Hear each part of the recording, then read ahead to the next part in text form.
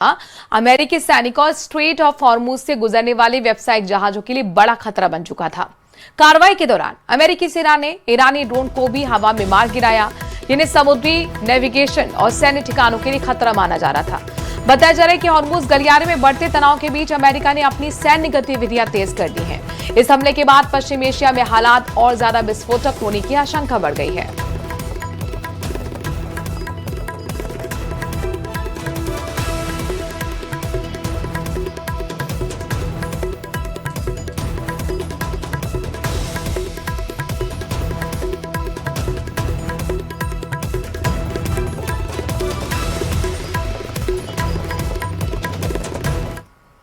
America के तड़के किए गए हवाई हमले के बाद ईरान ने जवाबी कार्रवाई का दावा किया है। ईरानी मीडिया के मुताबिक बंदर अब्बास एयरपोर्ट के पास हमले के बाद सुबह 4:50 पर उस अमेरिकी एयरबेस को निशाना बनाया गया जहां से ऑपरेशन लॉन्च हुआ था।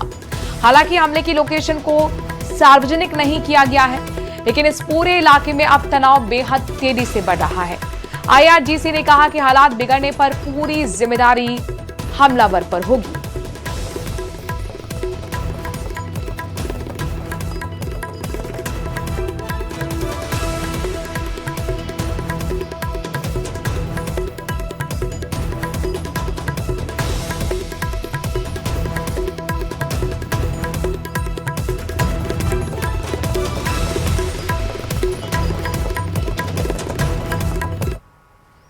ईरान ने दावा किया है कि उसने महज 10 दिनों के भीतर ऐसे अत्याधुनिक हथियार विकसित कर लिए हैं जो स्टेल्थ लड़ाकू विमानों को भी निशाना बना सकते हैं। मुस्तफा खामनेई के करीबी शीर्ष कमांडर ने अमेरिका को खुली चुनौती देते हुए कहा कि ईरान का समुद्री तट अब अमेरिकी नौसेना के लिए कब्रिस्तान साबित होगा। साथ ही ईरान ने चाबहार से लेकर मशहद तक अपने समुद्री और सैन्य ठिकानों पर भारी हथियारों और मिसाइल सिस्टम की बड़े पैमाने पर तैनाती कर दी है। इससे क्षेत्र में तनाव और बढ़ गया है।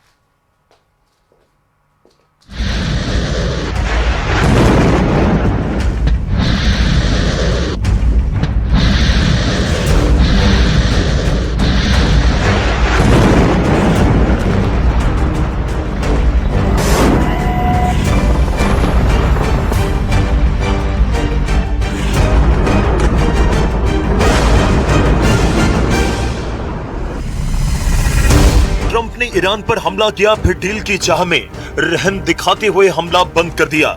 लेकिन इजराइल जब हमला शुरू करता है तो दुश्मन के सफाई तक रुकता नहीं।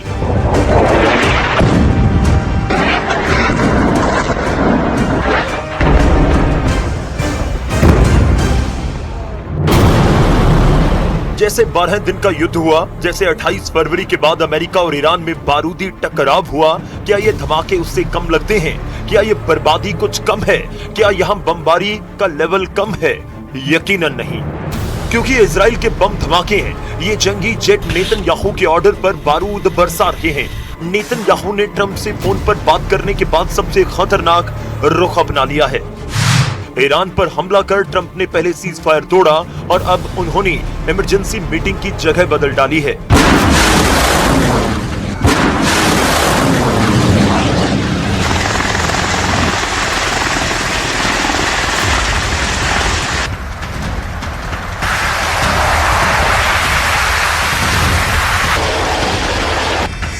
अमेरिका बड़ी दुविधा में है कि ईरान के कट्टर लड़ाकों का पक्का इलाज कैसे करे।